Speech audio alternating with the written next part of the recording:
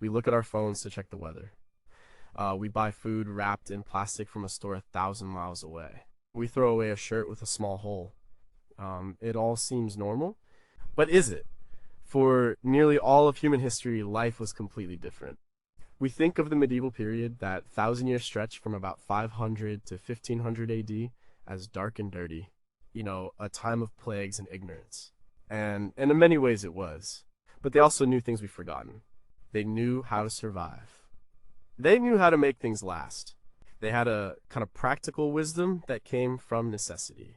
What if some of that lost knowledge could actually make our modern lives simpler? Not by going back to the mud and toil, but by borrowing the best of their ideas. What if the solution to our cluttered, complicated world isn't a new app, but a very old way of thinking? Could a medieval peasant's approach to food, clothing, and community actually hold the key to a better, more grounded life today? Number 21. Could you find your way home without a map? We are lost without our phones. GPS tells us where to turn, where to walk, where we are. It's a tiny miracle in our pocket, but it has a cost. We don't look up anymore. We don't notice the shape of the hills, the way a certain tree marks a turn, or which way the sun is setting. We've outsourced our sense of direction. A medieval traveler had nothing but their own senses. They had to navigate vast, unmarked territories using the world around them. Their primary tool was the sun. It rises in the east and sets in the west. At noon in the northern hemisphere, it's in the southern part of the sky. This simple, reliable fact was the foundation of all daytime navigation. It wasn't about pinpoint accuracy, it was about general direction. Am I heading north? Am I going toward the setting sun? That was often enough. At night they had the stars. The North Star, or Polaris, was the anchor of the night sky. It barely moves, sitting directly over the North Pole. Find it, and you know which way is north. Sailors relied on it for centuries. The Vikings, masters of the open sea, were navigating by the sun and stars back in the 9th century. They developed tools like the sun compass, a simple device that used a shadow cast by a central pin to determine direction, even on a cloudy day by detecting polarized light with a sunstone. But it wasn't just about the sky. They read the land itself. A river probably flows downhill towards a larger body of water, maybe the sea or a lake where a town is situated. They knew that certain types of moss tend to grow on the shadier, north-facing side of trees in the northern hemisphere. They followed ridges and valleys. They looked for landmarks that were part of local lore. That strange-shaped rock, that ancient oak tree, the ruins of an old fort. These were the signposts. Stories and songs often contained embedded directions, mnemonic devices passed down through generations. The Roman road network, though centuries old by the medieval period, still formed the skeleton of travel in many parts of Europe. Even when a road was just a dirt track, following its path was a reliable way to get from one major settlement to another. A book from the 13th century, the Tabula Peutingeriana, is a fascinating example. It's not a geographically accurate map in our sense. It's a schematic, a diagram of roads showing towns and the distances between them, like a modern subway map. It was practical, not precise. So what's the use for us? It's about re-engaging our brains. It's about developing situational awareness. Try this next time you go for a walk in a familiar area. Put your phone away. Try to navigate by landmarks. Notice the direction of the sun. At night, find the Big Dipper and use its two outer stars to point to the North Star. It's a skill, and like any skill, it gets stronger with practice. It forces you to be present, to observe your surroundings instead of staring at a screen. Research from McGill University in 2017 showed that people who use spatial navigation strategies, learning the world around them, have more gray matter in their hippocampus than people who primarily rely on GPS following directions. That part of the brain is crucial for memory and is one of the first areas to decline in Alzheimer's disease. Learning to read the world isn't just a quaint survival skill, it might actually be good for your brain. It reconnects you to the physical world in a profound way. You start to build a mental map, a deep, intuitive sense of place that no app can replicate. We think we have mapped the entire world, but what have we lost in the process? How much of medieval navigation was based on senses we no longer value, like smell or the feel of the wind?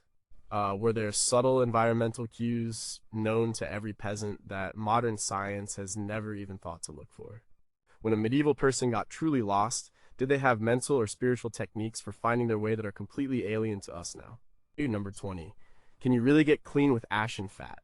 We walked down aisles filled with brightly colored bottles, shampoos, conditioners, body washes, face scrubs. Each one promises a different miracle, with a list of ingredients a mile long. The modern idea of clean is complex and chemical. The medieval idea was much, much simpler. It was based on two things, fat and ash, that's it. That's how you make lye soap. The process was a common household chore, not a boutique craft. You'd take hardwood ashes from your fireplace or cooking fire and put them in a barrel with a small hole at the bottom. And then you'd pour water over them. The water would trickle through, leaching out potassium hydroxide, a powerful alkali. This brownish liquid was lye. It was caustic and dangerous, but they knew how to handle it. You tested its strength by seeing if an egg or a potato would float in it. Next, you needed fat. This was usually tallow rendered from beef or mutton fat, or lard from pigs. Every part of the animal was used, and this was a key use for the leftover fat. You'd heat the fat in a large pot and slowly, carefully pour in the lye. You had to stir it constantly for hours. It was a long, slow process. The mixture would gradually thicken in a process called saponification, where the alkali breaks down the fats into fatty acids, salts, soap, and glycerol. Finally, you'd pour the thick liquid into a wooden mold, let it cool and harden for a few days, and then cut it into rough bars. The soap needed to cure for several weeks to let the chemical reaction complete, and for the excess lye to be neutralized. A fresh bar of soap would be harsh on the skin. This wasn't luxury soap, it was a powerful all-purpose cleaner. It was used for laundry, for scrubbing floors, and yes, for washing people. Was it pleasant? Probably not by our standards. It wouldn't have smelled of lavender or sandalwood. It would have smelled like fat. But it worked. It cut through grease and dirt effectively. The archaeological finds confirm soap making in the medieval world. For instance, the chemists and doctors of the Islamic Golden Age, like Al-Razi in the 9th century, wrote down detailed recipes for soap, sometimes even perfuming it with oils. In Europe, professional soap makers' guilds emerged in cities like Marseille and Venice by the 12th and 13th centuries, creating higher quality soaps using olive oil Castile soap instead of animal fat. But for the average person, soap was a homemade functional product. Why should we care about this smelly brown soap? Because it represents a fundamental shift in our thinking. It's about using waste products, ash, animal fat to create something useful. It's about understanding a simple chemical reaction. You can make soap at home today, and many people do. You can buy Ly sodium hydroxide safely and use plant-based oils like coconut or olive oil. You understand exactly what's in it. No unpronounceable chemicals, no plastic bottle to throw away. It's a small act of self-sufficiency. It also makes you appreciate what clean really means. Do we need a dozen different products, or do we just need one thing that works? This medieval hack simplifies our cleaning cabinets and reconnects us to the basic chemistry of our world. It's a reminder that the most essential things are often made from the simplest ingredients. We know they made soap, but how common was its use on the body versus for laundry? Did the harshness of homemade lye soap contribute to the skin diseases that were so common in the medieval period? Were there regional variations in soap making, using local plants or fats, that created soaps with properties we can no longer replicate? What forgotten cleaning agents, perhaps derived from specific plants, did they use before soap became widespread? Number 19. What if your garbage fed you? Our system is simple. We create trash. We put it in a bin. A truck takes it away to a landfill. A giant stinking mountain of waste hidden somewhere out of sight. Out of sight, out of mind. In 2018, the United States alone generated 292.4 million tons of municipal solid waste. That's about 5 pounds per person per day. A medieval household produced almost no waste in the modern sense. Everything had a use. And this wasn't because they were proto-environmentalists. It was born of pure necessity. Throwing something away was throwing away a resource you might need to survive the winter. The concept of a circular economy was their reality. Let's look at a typical peasant family. They cook a meal. The vegetable scraps, peels, ends, cores don't go in a bin. They go into a slop bucket for the pig. The pig was the ultimate recycler, turning inedible human food into valuable pork. Any scraps the pig couldn't eat, along with animal bedding, human waste from the chamber pot, and old thatch from the roof, went onto the midden heap. This was a carefully managed compost pile, usually located a short distance from the house. It wasn't just a pile of garbage, it was the future of their farm. Over time, this organic matter would decompose, turning into a rich, dark fertilizer. In the spring, this night soil would be spread on the vegetable garden and fields, returning nutrients to the soil to grow the next year's crops. This is the very definition of a closed-loop system. The waste from one process is the fuel for the next. The book Life in a Medieval Village by Francis and Joseph Geese details this intimate connection between the household, its waste, and its food production. It went beyond food scraps. A broken wooden tool, the wood would be burned for fuel. A worn-out piece of clothing, it would be patched, then turned into rags, then maybe used to make paper or left to rot on the midden heap. And bones from a slaughtered animal would be boiled for broth until every bit of nutrition was extracted. Then they could be carved into tools like needles or buttons or ground into bone meal to fertilize the garden. Nothing was disposable. Even something as simple as ash from the fire was a valuable resource, used to make soap or to improve the pH of acidic soil. This mindset is so alien to us. We live in a world of single-use plastics and planned obsolescence, where things are designed to be thrown away. How can we apply this? The most direct way is composting. A huge percentage of our household waste is organic matter. Composting it at home or through a municipal program keeps it out of landfills where it produces methane, a potent greenhouse gas. It also gives you free, nutrient-rich fertilizer for your garden or houseplants. It's a small, tangible way to break out of the linear take, make, waste model. But the deeper lesson is in the mindset. It's about seeing waste as a resource. Before you throw something away, ask the medieval question, what else could this be? Can this glass jar be used for storage? Can this old t-shirt become a cleaning rag? Can these vegetable scraps become soup stock? It's not about living in squalor. It's about being clever, resourceful, and respectful of the materials that pass through our lives. It simplifies things because you buy less, you throw away less, and you become a producer, not just a consumer. We understand the basics of their composting, but did they have sophisticated techniques for managing different types of waste to create specific soil amendments? Were there master composters in a village whose knowledge was highly prized? Could the pathogens in their night soil, which we see as a huge health risk, have actually conferred some kind of microbial immunity to the population that we have now lost? How much valuable nutrient-rich topsoil did they create over centuries that has since been destroyed by modern industrial agriculture? Number 18 is a boring routine, the key to freedom. We crave novelty, we chase new experiences, new shows to binge watch, new updates on our social media feeds. Our lives are a frantic search for stimulation, but this constant churn can be exhausting. There is a deep wisdom in the medieval world that runs completely counter to this, the power of a predictable cyclical routine. For most people, and especially for those in monastic life, the day was not a blank slate to be filled. It was a preordained structure guided by the sun and the church bells. The best example is the Rule of St. Benedict. Written around the year 530, this book wasn't just a religious text, it was a comprehensive guide to managing a community and a life. It laid out a daily schedule for monks that was followed for centuries across thousands of monasteries. The day was divided into the 8 canonical hours: matins, lauds, prime, terce, sext, none, vespers, and compline. Each hour was a time for prayer, but the schedule also structured the entire day. Between these services, there were set times for work, ora et labora, or pray and work, for reading, for eating, and for sleeping. For example, the time between prime around 6 a.m. and terce around 9 a.m. was typically for labor in the fields or workshops. The time after the midday meal might be for reading and study. This wasn't just about religious devotion. It was a profoundly practical system for organizing time and energy. By making the daily structure automatic, it freed the mind from the constant burden of decision-making. You didn't have to wonder what you should do next. The schedule told you. This is what modern psychologists call reducing decision fatigue. Our brains have a finite amount of energy for making choices each day. By automating the small recurring decisions, we save our mental resources for more important tasks. The monastic schedule created a rhythm, a predictable flow that was both calming and productive. The life of a peasant was similarly structured, but by the seasons instead of the bells. The agricultural year dictated everything.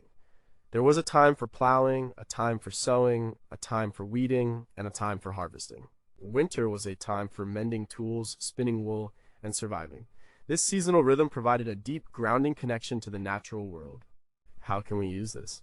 We don't need to become monks, but we can build a simple, stable routine. A personal rule of life. This means setting consistent times for waking up and going to sleep. It means having a simple morning ritual, like maybe it's stretching, or reading a few pages of a book, or just sitting with a cup of coffee without your phone. It means blocking out time for deep work, for exercise, for chores, for rest. By creating a predictable framework, you stop wasting energy on the what and when, and can focus on the how. Author Cal Newport, in his book Deep Work, argues that routines and rituals are essential for producing high-quality work because they signal to your brain that it's time to focus. A medieval monk knew, without question, that when the bell for sex rang, it was time for prayer. When the bell for work rang, it was time for work. This clarity is a powerful antidote to the scattered, reactive way many of us live our lives. We see the structure of the Rule of Benedict, but how much was it actually followed?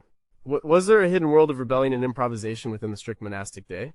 How did the peasants' seasonal rhythm affect their mental health? Was the dark, idle winter a time of deep depression or a necessary and welcome rest?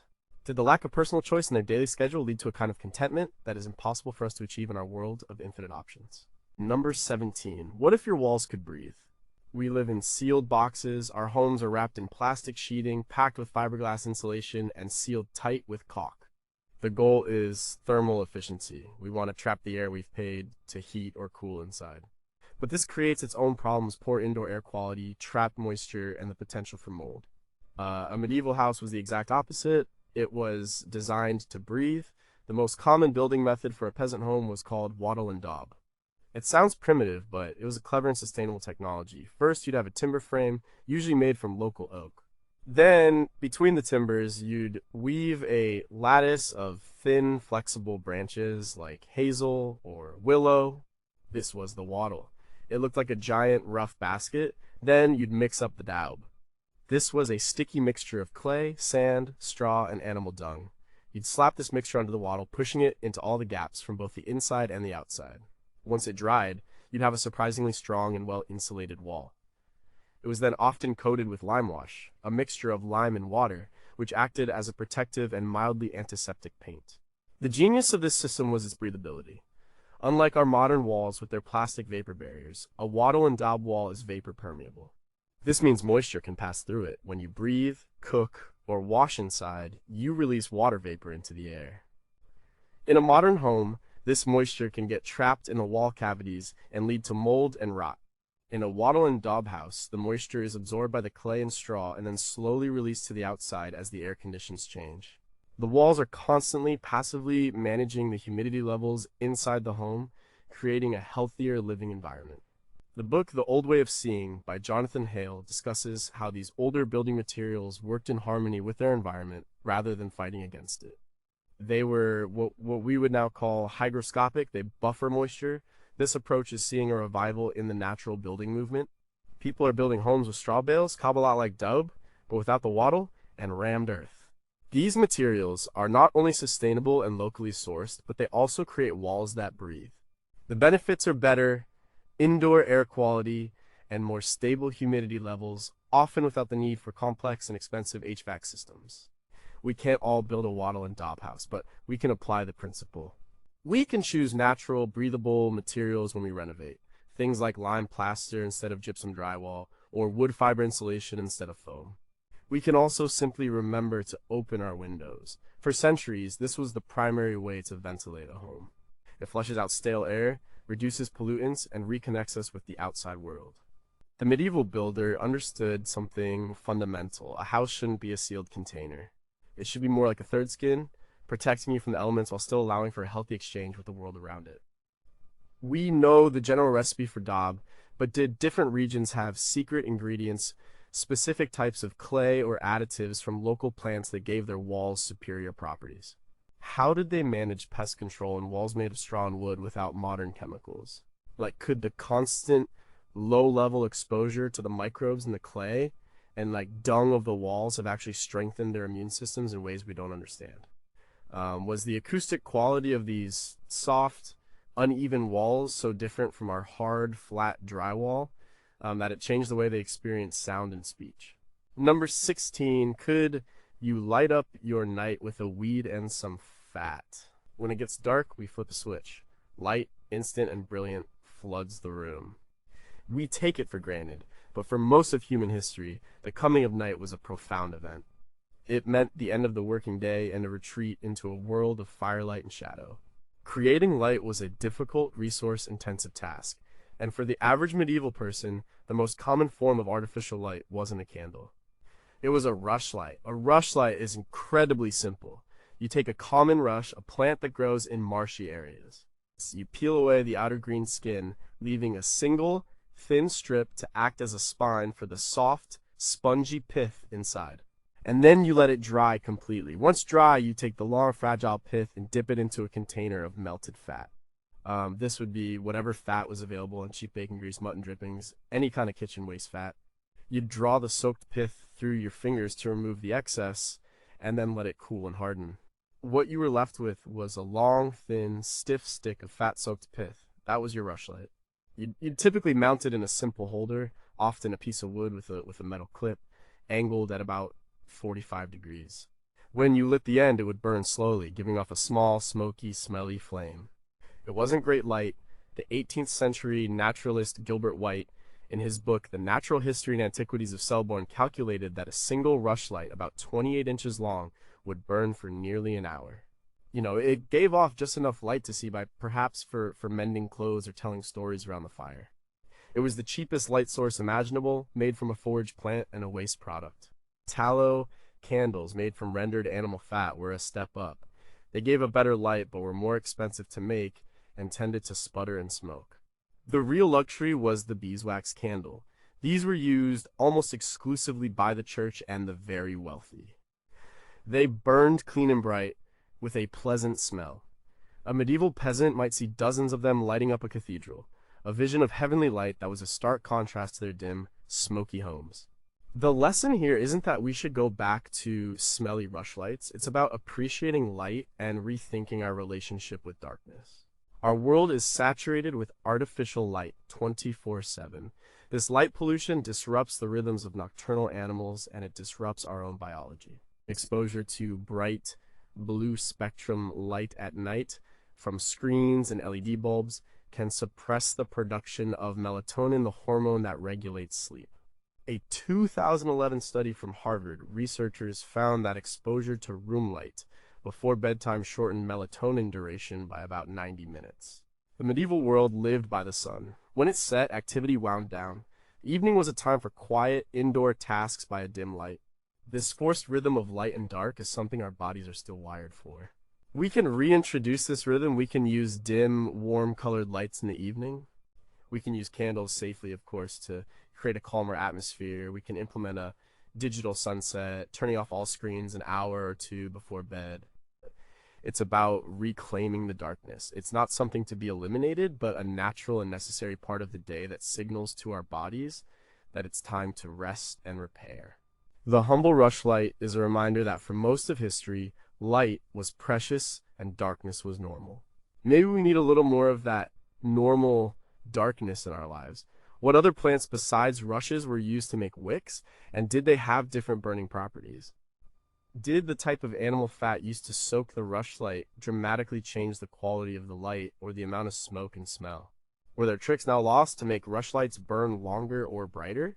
Beyond just telling time, did the slow, predictable burning of a rushlight serve as a kind of timer for evening prayers or chores? Number 15, could the secret to a happy gut be 1,000 years old? We walk through health food stores and see aisles of kombucha, kefir, kimchi, and probiotic supplements. We're obsessed with our gut microbiome, this complex ecosystem of bacteria inside us. We're rediscovering a very old truth: fermented foods are good for us.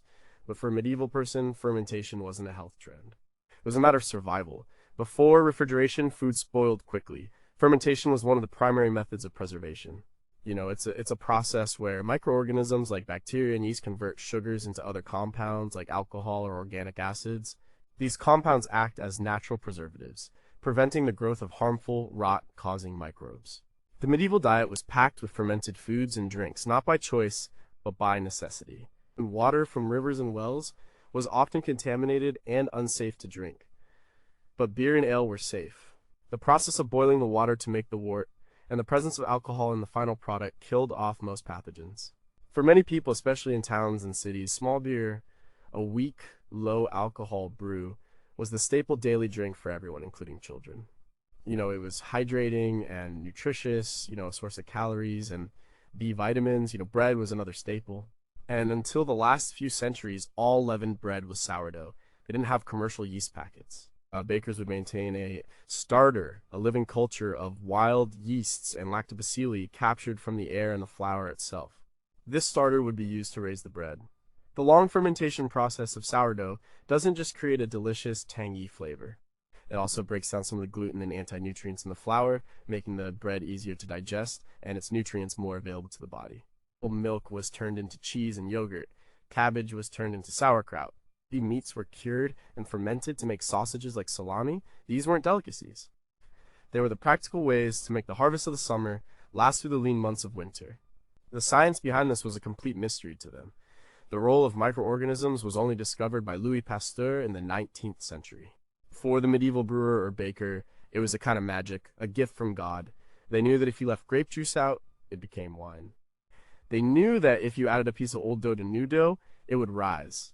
It was a craft based on tradition and observation, passed down through generations. And in the process of preserving their food, they were constantly feeding their bodies a rich and diverse array of live microorganisms. Modern science is just beginning to understand the profound impact this has on our immune systems, our digestion, and even our mental health. A 2021 study from the Stanford School of Medicine found that a diet high in fermented foods increased microbiome diversity and decreased markers of inflammation. This is one of the easiest medieval hacks to incorporate into our lives. You can learn to bake sourdough bread. You can make your own yogurt or sauerkraut at home with nothing more than a jar, salt, and some patience.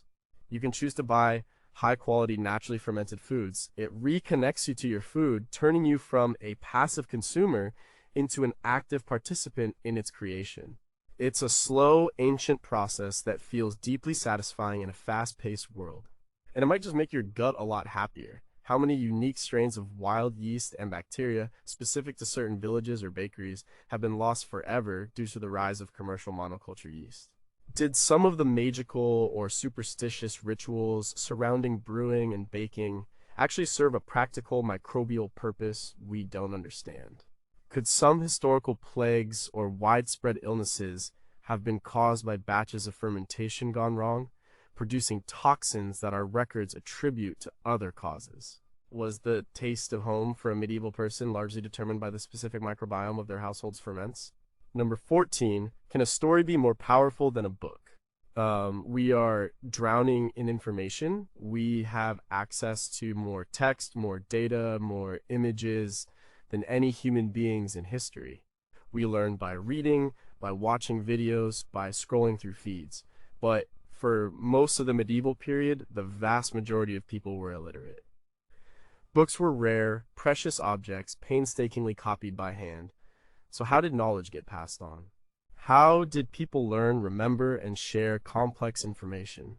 They used the most powerful technology ever invented, the human voice, connected to the human memory. This was the age of oral tradition. History wasn't just something you read in a book.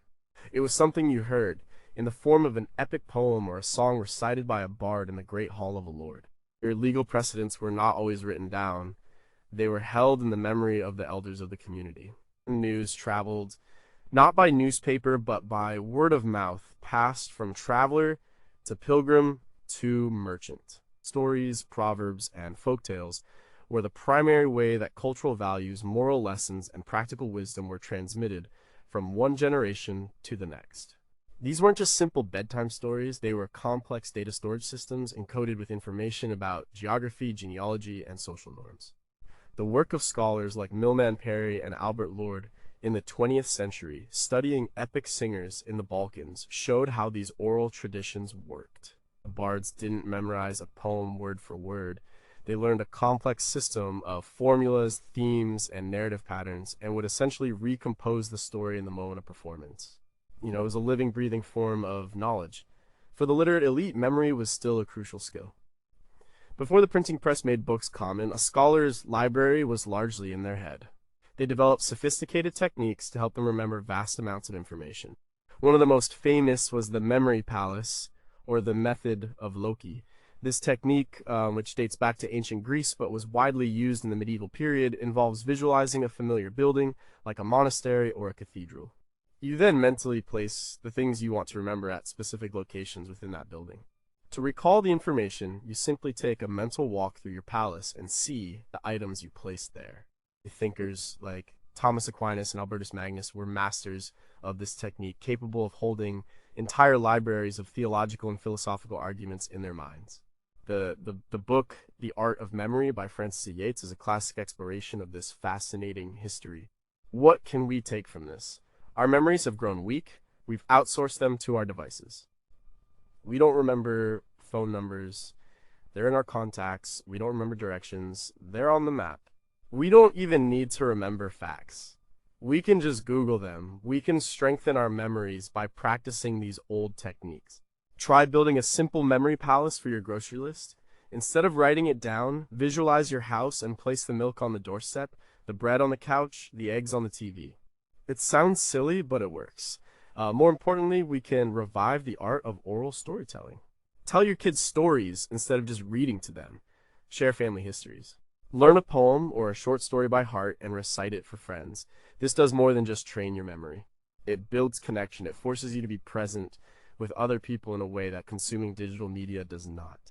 It reminds us that knowledge isn't just cold data. It's a living thing that is meant to be shared between people.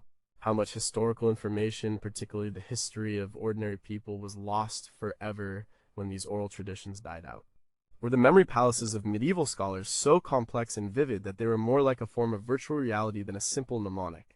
Did the rhythm and meter of poems and songs have a neurological effect that made information easier to memorize, a kind of ancient brain hack?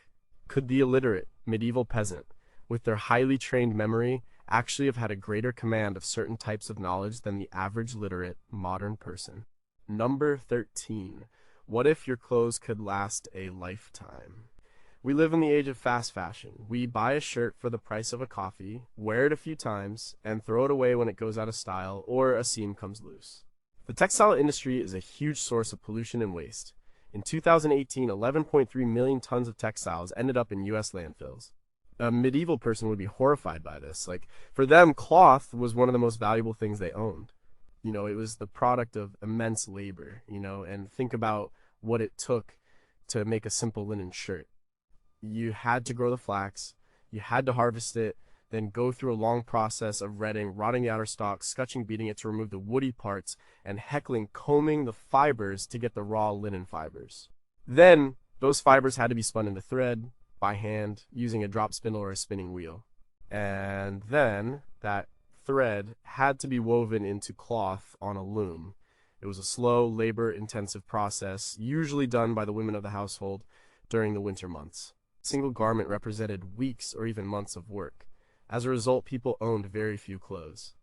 A typical peasant might have one or two outfits, which they wore until they literally fell apart. Because textiles were so valuable, they were never just thrown away. Mending was not a hobby, it was an essential life skill. A hole in a tunic wasn't a reason to discard it. It was a reason to get out a needle and thread. They used darning techniques to reweave the fabric over a hole.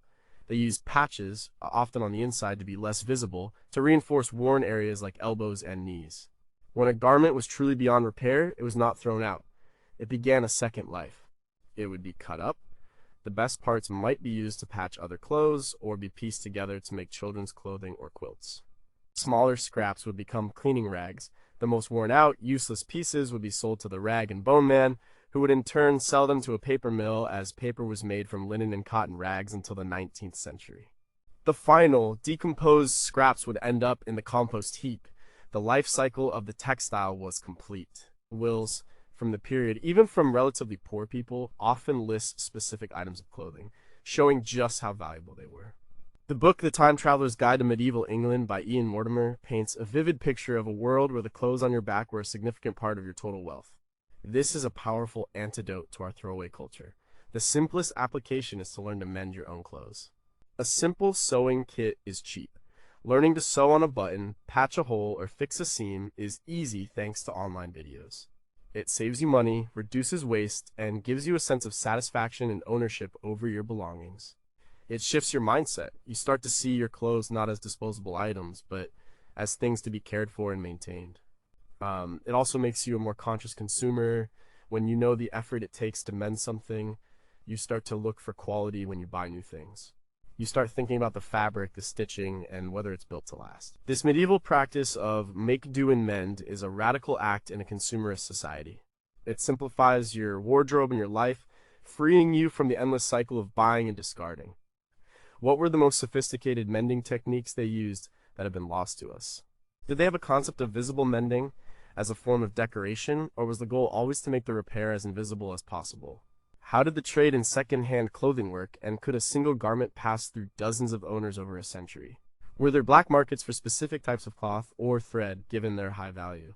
Well, number 12, can you really get warm next to a hole in the roof? Press a button on a thermostat. A furnace or heat pump kicks in, and warm air silently fills our entire home to a precise, uniform temperature. It's an invisible, effortless comfort. The medieval experience of warmth was entirely different. It was focused, communal, and a constant chore. The center of the home, literally and figuratively, was the fire. In an early medieval peasant longhouse, and even in the great halls of lords, the fire was an open hearth in the middle of the main room. There was no chimney. The smoke simply rose and found its way out through a hole in the thatched roof or through gaps in the gables. This sounds incredibly smoky and unpleasant, and it probably was, but it had advantages. The rising smoke would smoke the rafters, preserving the wood from insects and rot. It could also be used to smoke and preserve meat hanging from the ceiling. The fire itself was the single source of heat, light, and cooking. The entire life of the household revolved around it. People would work, eat, and sleep near the hearth. The heat wasn't evenly distributed. It was a radiant heat. You were warm on the side, facing the fire, and cold on your back. To be truly warm, you had to be close. This created a natural, communal gathering spot. As architecture evolved, fireplaces with chimneys were built into the walls, first in the castles of the wealthy and slowly trickling down to more common homes. But the principle of a single heat source remained. You didn't heat the whole house. You heated the room you were in, and you didn't just rely on the fire. They used a whole system of passive heating and personal warmth. They hung heavy woolen tapestries on the cold stone walls of castles. This wasn't just for decoration, it was a crucial layer of insulation, trapping a layer of still air against the wall. They covered the floors with layers of rushes or straw, which provided insulation from the cold ground. Their furniture was designed for warmth. High-backed settles, long wooden benches would be placed near the fire, their high backs blocking drafts. The four-poster bed was essentially a small, self-contained room. With heavy curtains drawn around it, the body heat of the sleepers would be trapped inside, creating a warm microclimate for sleeping. And of course they wore layers of clothing made of wool, a fantastic natural insulator even when damp. This is a lesson in zonal heating and energy efficiency. We waste a tremendous amount of energy heating empty rooms in our homes. The medieval approach was to heat the person, not the space. We can do this today. We can turn down the central thermostat by a few degrees and put on a sweater. We can use a small, efficient space heater to warm just the room we're in, rather than running a massive furnace. We can use heavy curtains over our windows at night to reduce heat loss. We can use draft stoppers at the bottom of doors. It's a different way of thinking about comfort. Instead of demanding a uniform, t-shirt friendly temperature everywhere, it's about creating cozy, warm zones where you need them. It saves money, it reduces our environmental impact, and it can actually feel more pleasant. There is a deep, primal comfort in sitting near a warm fire or snuggling under a heavy blanket that a blast of hot air from a vent can never replicate. How much did the constant inhalation of wood smoke from the open hearth affect their respiratory health and life expectancy? Were there specific types of wood they knew to burn that produced less smoke or more heat? Did the design of furniture like the high-backed settle evolve specifically in response to drafty medieval halls? What other now forgotten passive heating techniques did they use to survive the cold, especially during the Little Ice Age, which began in the 14th century? Number 11. Does a garden need more than just plants? And we think of a garden as rows of individual plants. We buy seeds, we plant them in neat lines, we weed out everything else. It's a very orderly, human-centric view of agriculture. The medieval gardener, particularly within the walls of a monastery, had a more integrated, holistic approach. Their gardens were complex ecosystems designed for productivity, utility, and sometimes spiritual meaning. Monastic gardens were the centers of medical and scientific knowledge for much of the period. A typical monastery would have several distinct gardens. There would be a kitchen garden for vegetables and herbs for cooking, an infirmary garden full of medicinal plants, an orchard for fruit, and often a cemetery garden planted with flowers and trees that had symbolic meaning. These gardens weren't just for growing things, they were living laboratories and libraries. Monks like the 12th century abbess Hildegard of Bingen wrote extensively about the properties of plants. In her work Physica, she described hundreds of plants and their uses in medicine. This knowledge was hard-won, the result of centuries of observation and trial and error. One of the key concepts they understood, even if they didn't have the scientific vocabulary for it, was the idea of a balanced system. They practiced crop rotation. They knew that planting the same crop in the same spot year after year would deplete the soil. The three-field system, which became widespread in the High Middle Ages, is a large-scale example of this. A village would have 3 large fields. In one year, one would be planted with wheat or rye, one with peas, beans, or lentils, legumes that fix nitrogen in the soil, and the third would be left fallow to rest and recover. This system dramatically increased food production and soil fertility. In their smaller gardens, they practiced a form of companion planting. They knew that certain plants grew well together. They might not have known that marigolds repel nematodes or that beans provide nitrogen for corn, but they observed the results. They also integrated animals. Geese could be used for weeding, and the manure from the monastery's pigs or chickens was a vital source of fertilizer. This is the foundation of modern organic gardening and permaculture. It's about creating a garden that functions like a natural ecosystem with all the parts supporting each other. We can do this in our own backyards. We can stop planting monocultures and start mixing our plants. Plant flowers among your vegetables to attract pollinators and beneficial insects. Or plant nitrogen fixing legumes like beans and peas to enrich your soil. Use compost to feed the soil, not chemical fertilizers. Let a part of your yard go a little wild to provide a habitat for wildlife. This medieval approach is less about controlling nature and more about partnering with it. It requires more observation and knowledge than just following the instructions on a seed packet, but it creates a more resilient, productive, and beautiful garden. It simplifies things because you end up fighting less against pests and diseases, and you don't need to buy a whole shed full of chemical sprays and fertilizers. You're creating a self-sustaining system, just like the monks did 1,000 years ago. How much knowledge of companion planting and soil science passed down through generations of gardeners was lost with the dissolution of the monasteries in the 16th century? Like, did they have specific non-chemical methods for dealing with major pests and blights that we have forgotten? Were the symbolic or spiritual reasons for planting certain things in certain places just superstition, or did they have a hidden ecological logic? Could the unique soil composition and microbial life of a medieval monastery garden have produced plants with medicinal compounds that are measurably different from those grown today? Number 10. What if you paid your debts with a stick?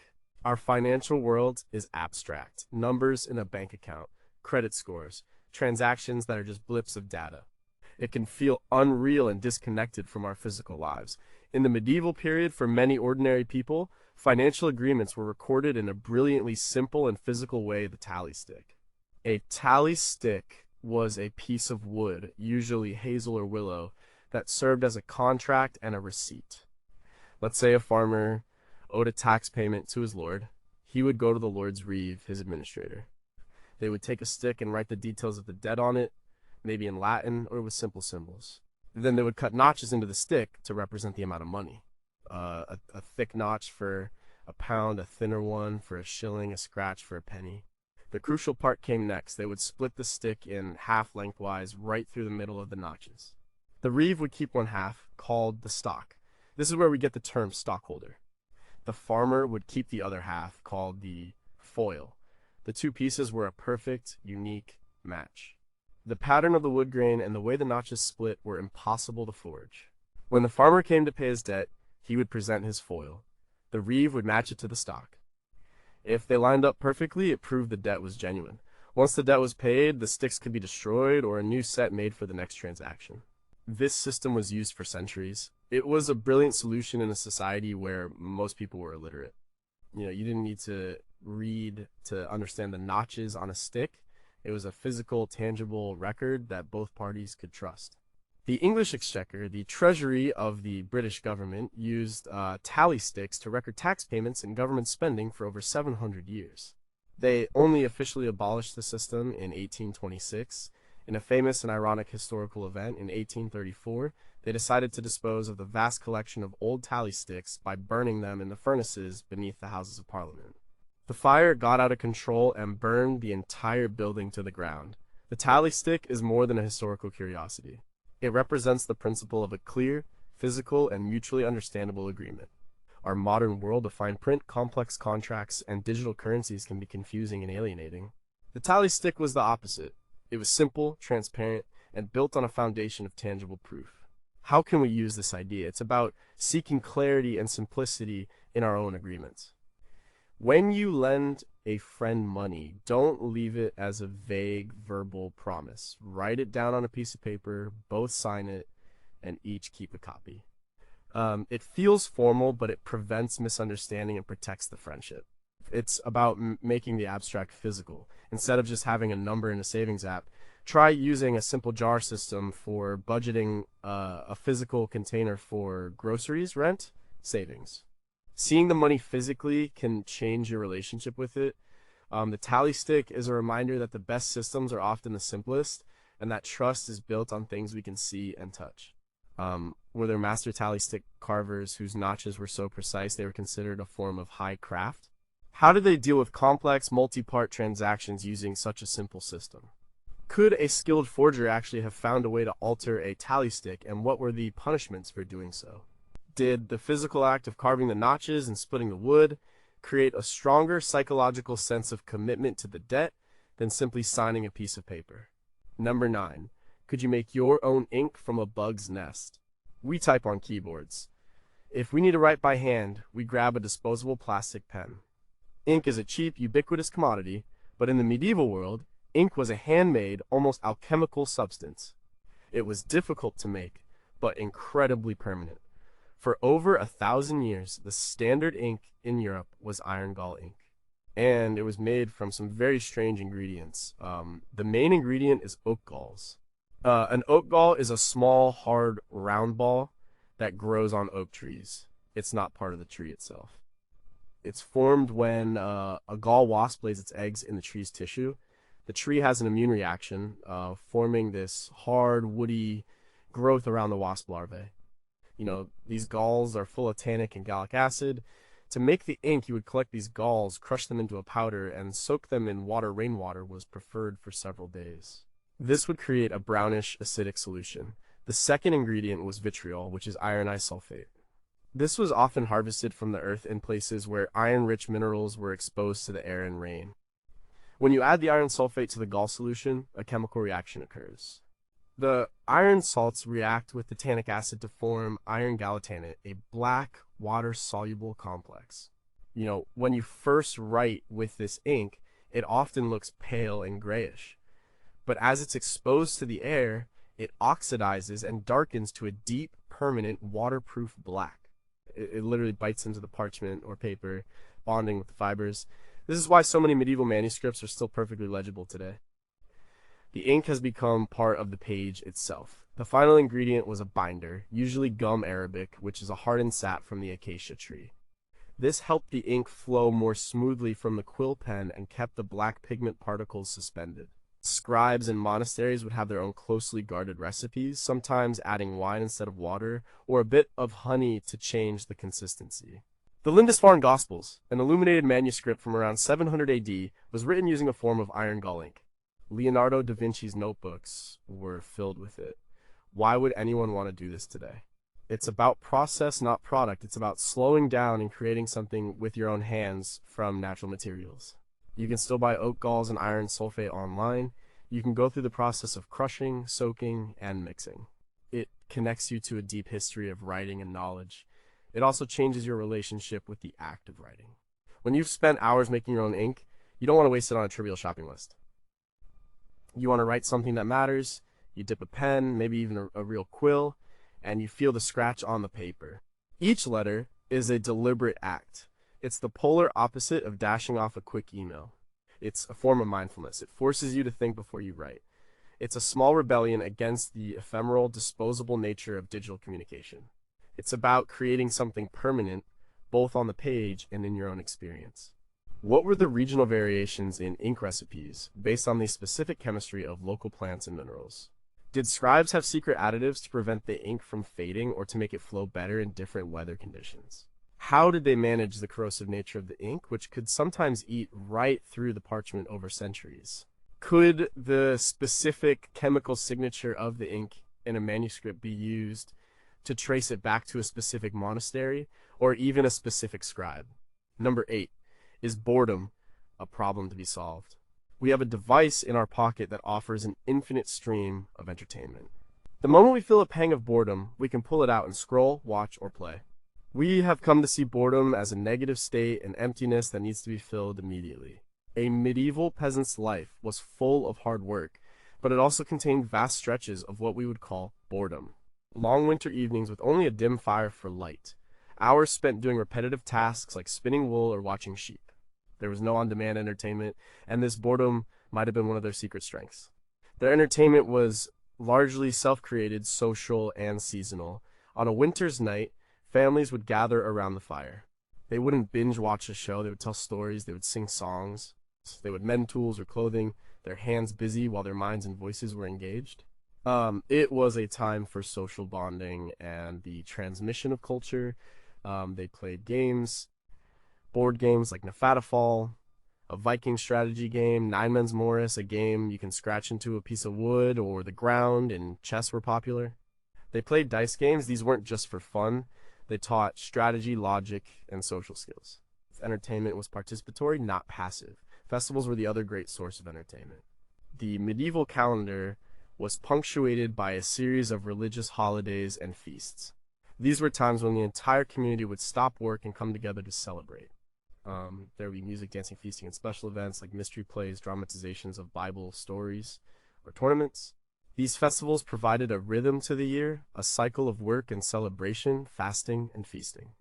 The book, The Stripping of the Altars, by Eamon Duffy, details the rich, vibrant, liturgical, and festive calendar that structured life in pre-Reformation England. This communal joy was a stark contrast to the daily grind. The key difference is that their downtime was not empty. It was either filled with low-level, useful activity mending, spinning that allowed the mind to wander, or with social interaction.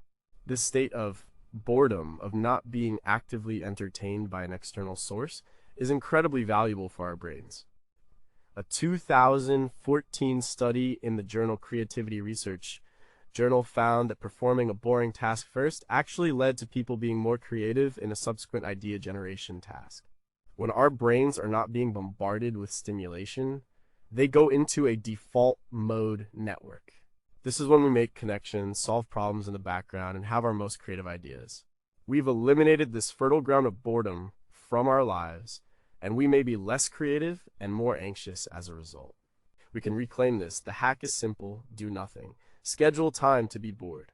Go for a walk without your phone or headphones. Sit in a chair and just stare out the window. Wash the dishes by hand without listening to a podcast. At first it will feel uncomfortable, even agitating. Your brain will crave the usual stimulation, but if you push through, you'll find that your mind starts to work in a different way. You'll notice things you hadn't noticed before. You'll have ideas that seem to come from nowhere. You'll be giving your mind the space it needs to breathe. It's about understanding that a state of low stimulation is not a problem to be fixed. It's a necessary condition for a healthy creative mind. Did the long, dark winters and lack of stimulation lead to widespread seasonal affective disorder, or did their social and cultural structures provide an effective antidote? How much of their storytelling and musical tradition was a direct creative response to the need to fill empty time? Were their minds, uncluttered by constant information, capable of a depth of focus and contemplation that is now impossible for us? Did the very concept of boredom as a negative state even exist for them, or is that a modern invention? Number 7. Could a guild save your career? We think of our careers as a solo journey. We build a personal brand. We network. We compete for promotions. It can be a lonely and precarious existence. In the medieval city, a craftsman's life was the opposite. It was deeply embedded in a community of peers, the guild. A guild was an association of all the artisans or merchants in a particular trade. The weavers had a guild, the blacksmiths had a guild, the bakers had a guild. These organizations controlled almost every aspect of their members' working lives. To practice a trade in a city, you had to be a member of the guild. The guild set the standards for quality. They would inspect goods to make sure a baker wasn't selling underweight bread or a weaver wasn't using shoddy thread. This protected the reputation of the trade and ensured a fair product for the consumer. The guild also controlled prices, preventing ruinous price wars between members. They limited the number of masters in the city, ensuring that there was enough work to go around for everyone. The guild provided a clear, structured career path. You started as an apprentice, usually as a young boy. You would live with a master craftsman, learning the trade in exchange for your labor. After many years, you would become a journeyman, a skilled worker who could travel and work for other masters for a daily wage. To become a master yourself, you had to produce a masterpiece to prove your skill to the guild, and you often needed enough capital to set up your own workshop. The guild was also a social safety net. They took care of sick members, they supported the widows and orphans of members who had died. They organized feasts and religious processions. It was a brotherhood, a combination of a trade union, a regulatory body, and a social club. The detailed records of guilds, such as those from the city of Florence, show how these organizations were the bedrock of the urban economy and society for centuries. This system is a far cry from the modern gig economy, with its lack of security, benefits, and community. While the guilds could be restrictive and monopolistic, they were founded on principles we've largely lost: community over competition, long-term stability over short-term profit, and a shared responsibility for maintaining standards. How can we apply this? We can seek out and build our own guilds. This could mean joining a professional organization and getting actively involved. It could mean forming a mastermind group with a small number of peers in your field to share knowledge, offer support, and hold each other accountable. For freelancers, it could mean forming a cooperative to bid on larger projects and share resources like health insurance. It's about a mental shift from seeing your colleagues as rivals to seeing them as fellow craftsmen who share a common interest. It's about collaboration and mutual support. In a world of increasing automation and economic uncertainty, this medieval idea of a strong, supportive professional community might be more relevant than ever. How much did the guild system stifle innovation? By enforcing traditional methods and resisting new technologies. Was the social safety net provided by the guild a genuine form of charity or a tool to maintain control over its members? Did secret knowledge or techniques, passed down only from master to apprentice, give certain guilds a competitive advantage that is now lost to history? What was the dark side of the guilds? How did they use their power to exclude women, foreigners, or other marginalized groups from the trades? Number 6. What if the sun told you the time? We live by the clock. Our days are chopped into minutes and seconds. We have meetings at 10:30, lunch at 12:15, deadlines at 5 sharp. We are slaves to a precise mechanical time that has no connection to the natural world. For the medieval person, time was a much more fluid and natural concept. It was measured by the sun, the seasons, and the rhythms of the body. The primary timekeeper was the sun. The day was divided into uniqual hours. They took the period of daylight from sunrise to sunset and divided it into 12 hours. This meant that an hour in the summer was much longer than an hour in the winter. This seems strange to us, but it was perfectly logical for an agricultural society. In the long summer days, there was more daylight, so the working hours were longer. In the short, dark days of winter, the working hours were shorter. Time was tied to the available light and the task at hand. You worked from dawn until dusk. Noon was simply when the sun was at its highest point in the sky. People people could tell the time with surprising accuracy just by looking at the position of the sun or the length of their own shadow. The church also played a huge role in marking time. The canonical hours, announced by the ringing of monastery or church bells, were the only fixed points in the day for many people.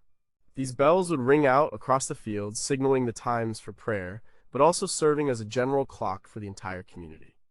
It was an audible, communal sense of time, not a private, personal one. Mechanical clocks did exist in the later Middle Ages, starting in the 14th century, but they were huge, complex, and rare, found only in public clock towers.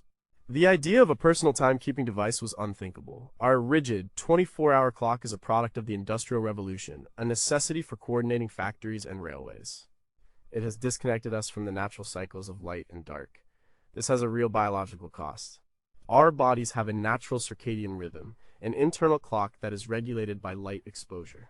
When we ignore these rhythms by staring at bright screens late at night or working under artificial lights, we disrupt our sleep, our hormones, and our overall health. The historian Roger Eckwall has put forward the theory that before the industrial age, people practiced segmented sleep. They would sleep for a few hours after dusk, wake up for an hour or two in the middle of the night to think, pray, or be intimate, and then go back to sleep until morning. This period of quiet wakefulness was a normal part of the night, a casualty of our modern quest for 8 solid hours. The medieval hack is to pay more attention to the sun and less to the clock. Try to get outside and expose yourself to natural sunlight in the morning. This helps to set your internal clock for the day. In the evening, as the sun goes down, dim the lights in your home. Let your body's rhythm guide you more.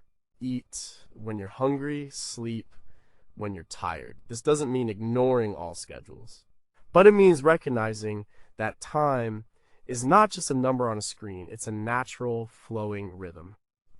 It's about aligning our lives more closely with the ancient clock in the sky, the one our bodies have been following for millennia. How precisely could an experienced farmer or sailor tell the time of day just by looking at the sun? Were there other natural timekeepers, the behavior of animals, the opening and closing of certain flowers that they used? Did the shift from the fluid, unequal hours of the sun to the rigid, equal hours of the clock cause a kind of societal anxiety or psychological stress that is documented in the historical record? What did people do during that period of segmented sleep in the middle of the night? And what creative or spiritual insights have we lost by eliminating it from our lives? Number 5, are you eating your weeds? We go to the supermarket and buy vegetables that have been grown hundreds of miles away, bred for uniformity and shelf life, not for flavor or nutrition. In our own backyards, we diligently pull up dandelions, nettles, and plantain, throwing these weeds into the compost. A medieval peasant would find this baffling. For them, the line between a cultivated vegetable and a wild plant was much blurrier. Foraging for wild edibles wasn't a hobby. It was a crucial part of their diet. The medieval diet, especially for the poor, was often monotonous, based on bread, pottage, a thick stew of grains and vegetables, and whatever else was available. Wild plants, or weeds, were a free, accessible, and highly nutritious supplement to this. They provided essential vitamins and minerals that might otherwise be lacking, especially in the hungry gap of early spring before the first garden crops were ready. Stinging nettles, for example, are a powerhouse of nutrition rich in iron, calcium, and vitamins A and C. Once cooked, they lose their sting and can be used like spinach in soups and stews. Dandelions were another staple. The young leaves were eaten as a salad green. The name comes from the French dent de lion, or lion's tooth, referring to the shape of the leaves. The root could be roasted and ground as a coffee substitute. The flowers could be used to make wine. Many of the plants we now fight to eradicate from our lawns were once valued. Plantain, that low-growing plant with the broad leaves, was known as a healing herb, used in poultices for cuts and insect bites, but its young leaves are also edible. Chickweed, purslane, lamb's quarters, these were all part of the medieval forager's harvest. This knowledge was common, passed down from mother to daughter. They knew which plants to pick, where to find them, and which ones were poisonous.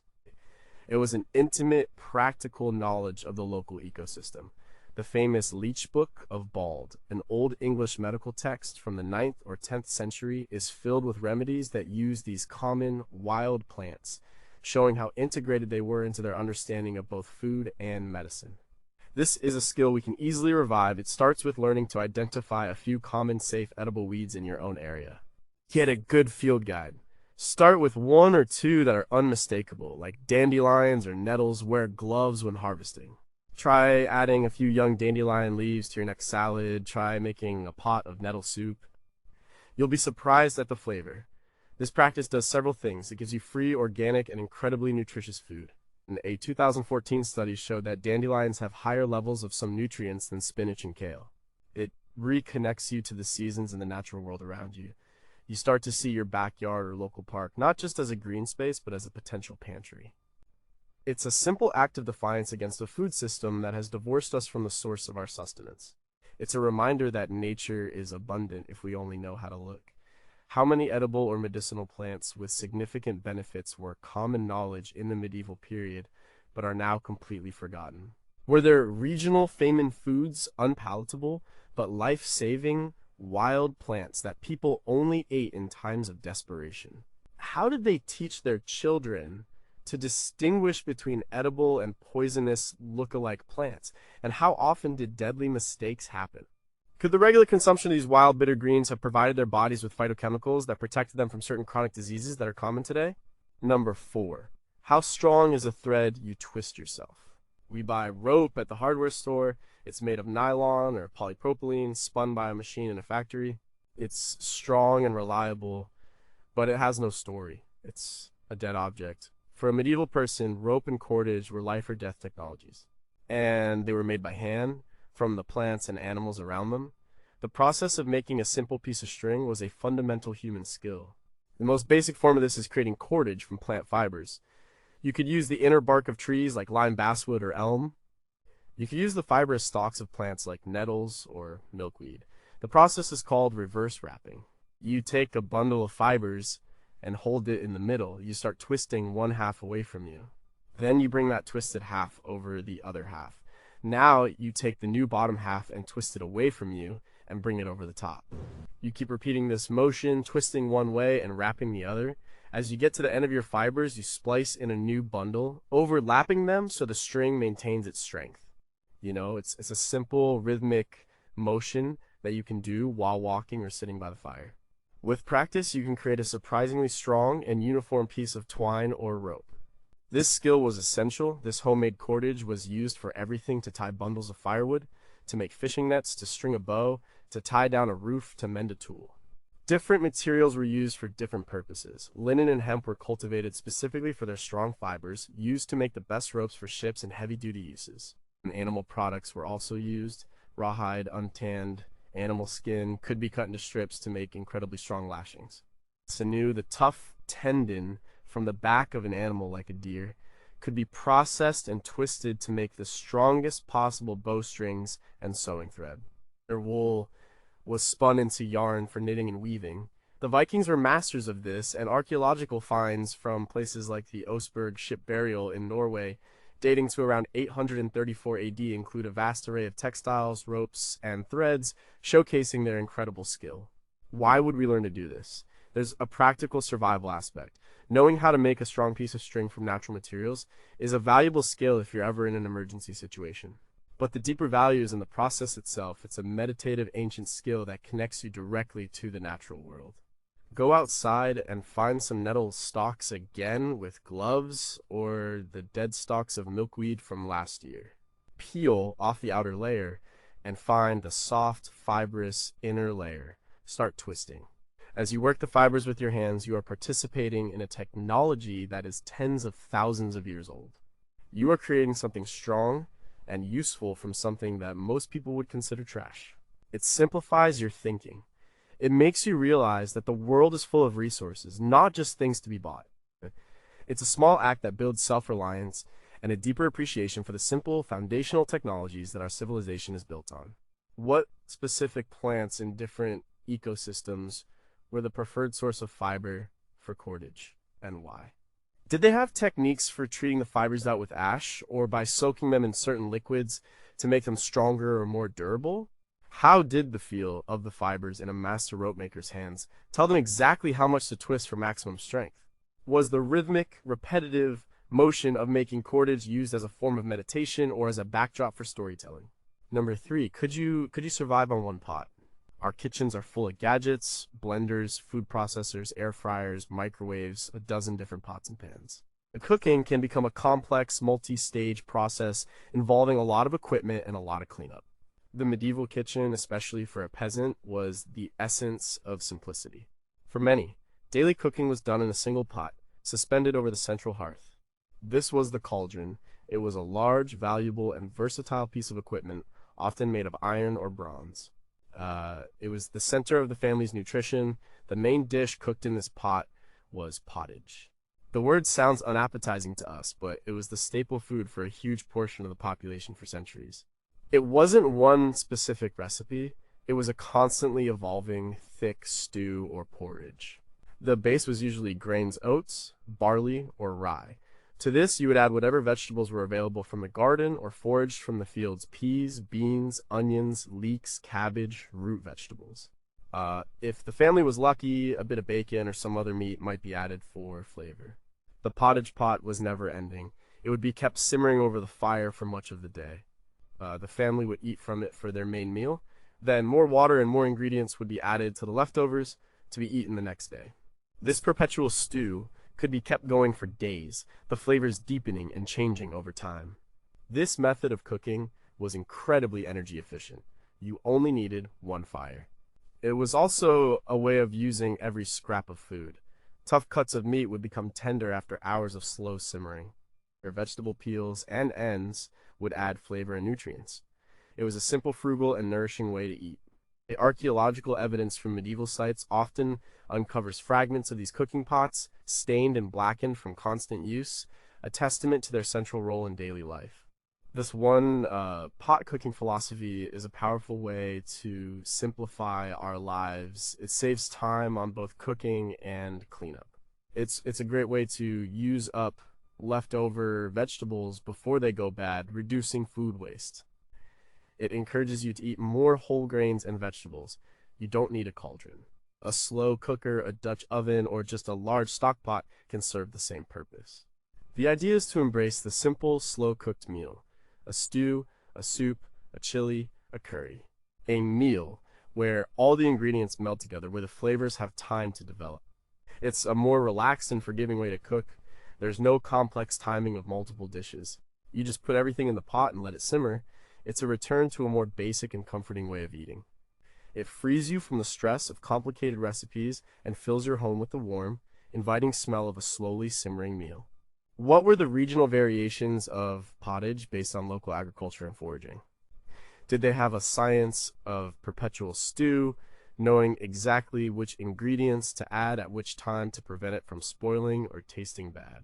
But were there heirloom pottage pots passed down through generations that were believed to give a special flavor to the food? Could the long, slow cooking process have unlocked certain nutrients or broken down anti-nutrients in the grains and vegetables in a way that modern, faster cooking methods do not? Number 2 is a knife, the only tool you really need. Look at a modern toolbox: drills, saws, sanders, dozens of specialized wrenches, and screwdrivers. We have a specific tool for every possible task. Now look at the belt of a medieval peasant or woodsman. Chances are you'd see one primary tool hanging there: a knife. Not a fancy specialized knife, but a simple, robust, all-purpose utility knife. In many cultures, this was known as a seax, a name that gave the Saxons their identity. This single tool was a marvel of versatility. It was their kitchen knife, used for slicing bread, cheese, and meat. It was their eating utensil, used to spear food from a common dish and bring it to their mouth forks were not in common use.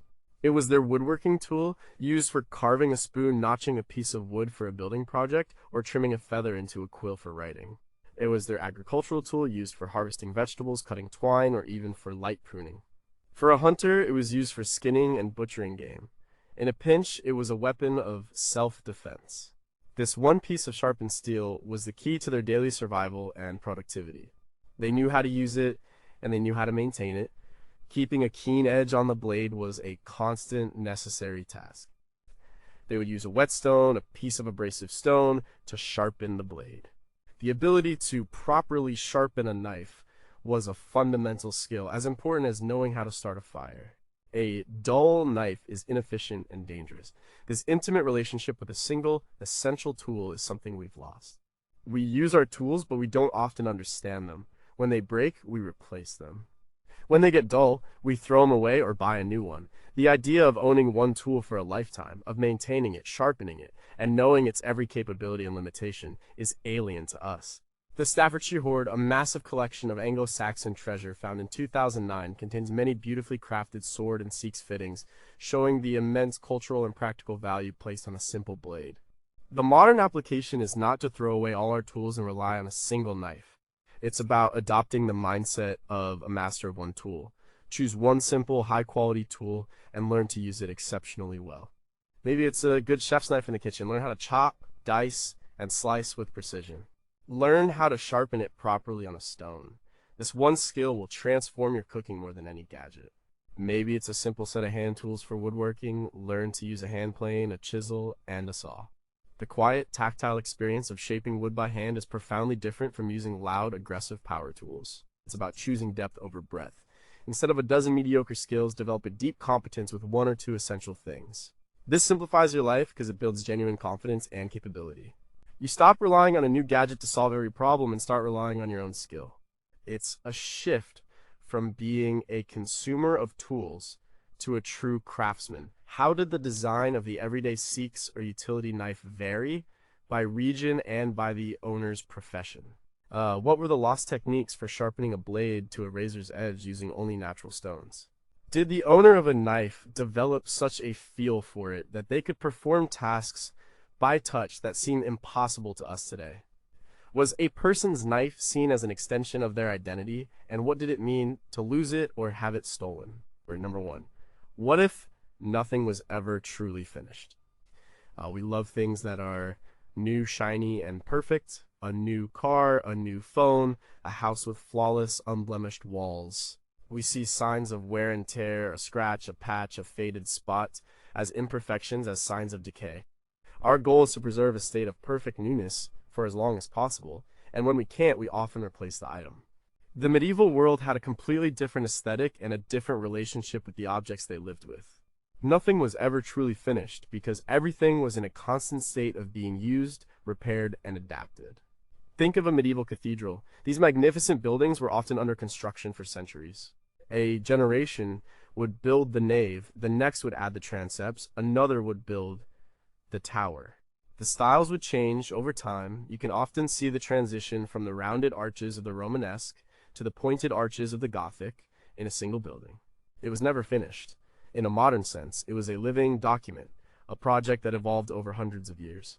The builders of Chartres Cathedral, which was built mostly between 1194 and 1220, were working on a site that had been a place of worship for centuries before them, and the building continued to be altered and added to for centuries after. This mindset extended to everyday objects. A wooden bowl would be used until it cracked, then it would be repaired with a metal staple or a butterfly key. A piece of clothing would be patched and repatched, the new fabric a visible record of its long life. A tool with a broken handle would be given a new one.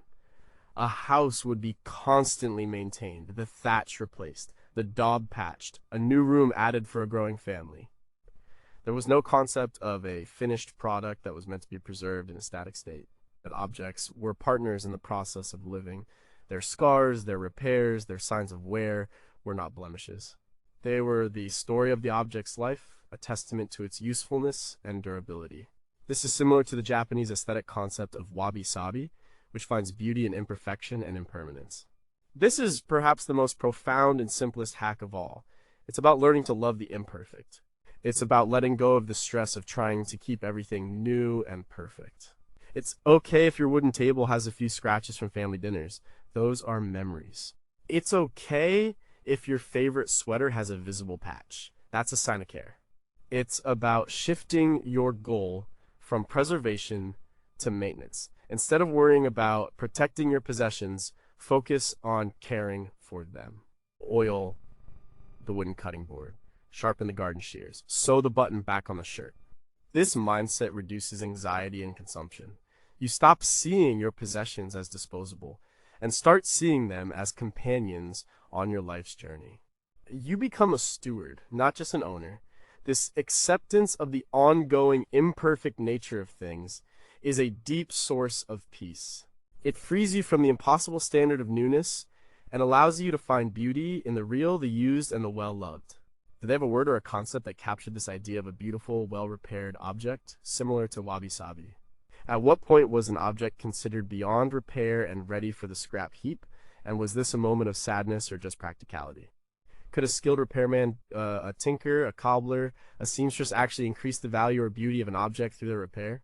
Did this constant process of maintenance and repair create a deeper psychological bond between people and their few material possessions than we can ever have with our countless disposable goods?